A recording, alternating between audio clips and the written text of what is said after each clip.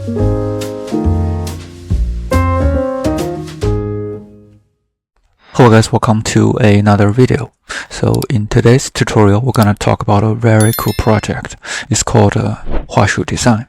So this is a agent-first design skill of Claude Code. So Claude Code is a UI design, right? So it's very automated, but it needs to have a UI desktop. So the Huashu Design is a agent-based skill, so that you can actually create a awesome design similar to Claude Code with only the terminal. So the reason that the author created this project, he documented in this README, I feel it's very interesting. So what he said was the motivation behind this project is he played Claude Design once the product was launched, and a few days later he felt that he doesn't want to open it anymore. And because it is not due to that Claude Design is not a great product, it is actually a fantastic product, but he does not want to open it. He just wants to let the agent to run the commands in the terminal.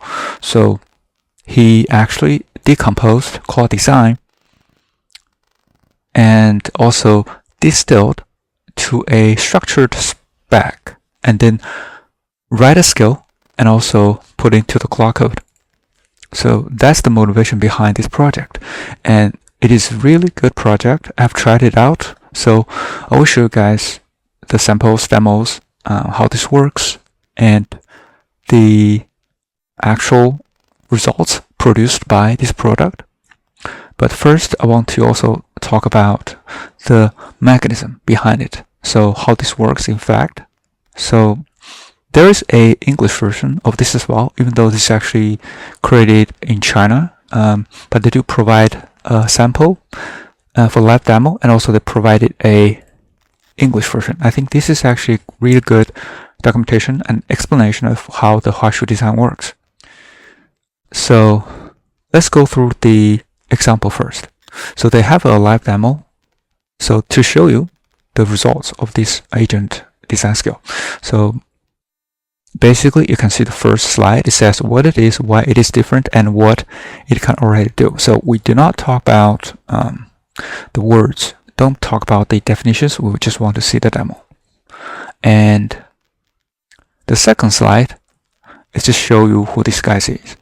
And he also talks about in the past 2 years, we are telling AI how to talk, and then now we're telling AI how to do things. So this is very good statement. So if you go back to the README, so this is actually a good README, so better than the actual offshore README. So he talked about the mechanism. So the mechanism of this skill is very important. So if you go to the core mechanism section, so it talks about how the skill works, how it runs. So this is very similar to superpowers or capacity skills in the coding space, but this is in the design space, following the same criteria, but used for design. So if you look at what it's trying to do, is that, so this skill first, I have to figure out the brand asset. So what is the brand asset protocol? So this is to respect the existing resources. So it doesn't go and design right away. So like the capacity skills, so we first have to respect what has been done, and also does it or does the user have brand guidelines? Also check if there is something exists, download the SVG files, then all the HTMLs, and also extract the different colors and also the other filters, and solidify. So basically put a schema or a file to understand everything and to prevent the agent from forgetting. So that's the first step of this skill. The second step is to initiate a workflow. So this is start asking questions after we designed the schema, right? The brand specs. So you'll start asking questions and write assumptions, placeholders, and reasoning comments first, and then show only, so present work to the user even it is just gray boxes, right? So iterate. So fill actual content, then variations, then tweaks, and before delivery, run playwright to visually verify in the browser. So also there's anti-AI slope rules. So the skill includes explicit rules against the visual patterns that makes AI-generated design look generic. So there's no purple gradients, there's no emoji, no round corners with lap border accent, no SVG jewel faces, right? So this is some of the anti-AI slope rules. This is really good. And there's fact verification. The highest priority rule is in the entire skill is fact verification. Before any design work begins, if the task involves specific products, technologies, events, and people, the agent must use web search to verify existence, release status, version numbers, and specifications.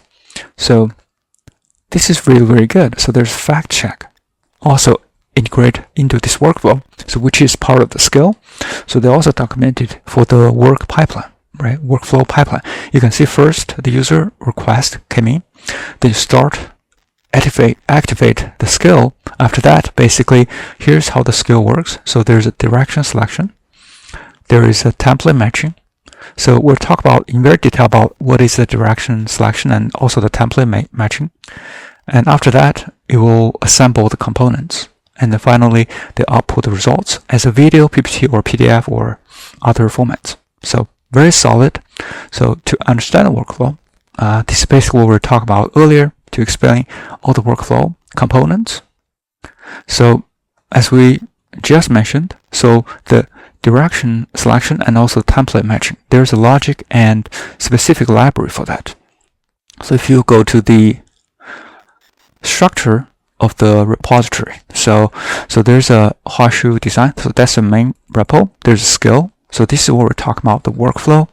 There's assets. So this is basically all the different template used for design. So there's animations, the iOS frames, there's Android frames. This is really good. So that's like a template that you can based on. And there's references. So references is basically the 20 design philosophies. So there's philosophies associated with design. So if you go to the philosophies section, there's 20 philosophies categorized into 5 schools. So there's 20 design philosophies. The first one is the information and architecture. So this is one philosophy, and there's five rules for that. There are 4 rules for that. There's another one is for kinetic poetry, and there's minimalist order. There's experimental vanguard, and there's Eastern philosophy.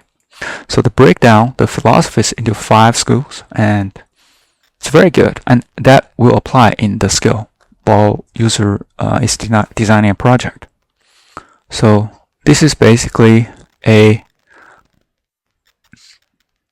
brand or direction selection, part of direction selection, and also the template matching. So that's for the philosophies. So once you define or match the philosophies, and also they will match the template, right? Once that's ready, we'll write a instruction, or you can write a final prompt or schema. Then you can use the script to output the result. So this very nice structure. You can see the structure is very nice, very clear what the skill is, what it's trying to do. And so if you want to try this out, it's very straightforward. So just use the npx skill and add this repo. So this will add it to the Claude Code, and also there's examples you can try. So let's go through some of the examples. So what we tried is the examples for the MP4 video generation for some of the design of the PowerPoint, and also we tried the iOS prototype. So let's go through them one by one. So first, let's do this PPT slide. So for example, we can actually spin up a server so to actually view that online. So for the psychology deck, so here's the PDF and also the PNG is generated. So let's go through the first one. So basically this is HTML for the AI psychology deck. So the prompt is right here. So we use the sample prompt.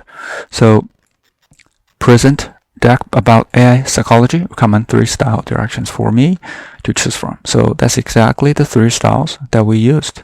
So you can see it's generated very nicely. And there's HTML for Tangerine demo. So basically these are also using the 20 philosophies that we talked about earlier. So you can see there's a second one, right?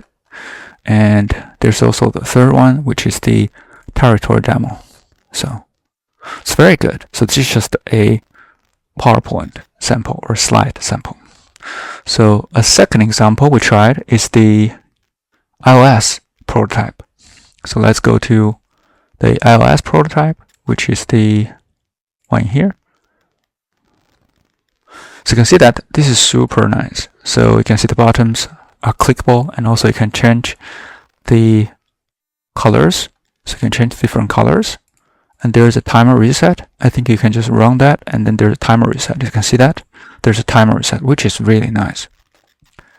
And the third example we tried is also from the sample that provided. So is to create a product launch demo into a 10-second animation, just for speed purpose, which has changed to 10-second animation, export to MP4. So you can see that we did a example for hyperframes from heygen.com. We also have a video for that. Feel free to check that out. So this just use this designer skill to create a similar demo. So here's a heygen frame, hyperframe animations. We created a MP4 and also the HTML. So if you just go to this example, you can see it created a very well structured product. So you can see that's actually a Node.js product. And if you just click the HTML, you can see this is basically the HTML is created. And then actually they turn this HTML to a video. So there's a little bit off probably for the location, but for the video, it did a really good job. So you can see that's the video is generated from that HTML.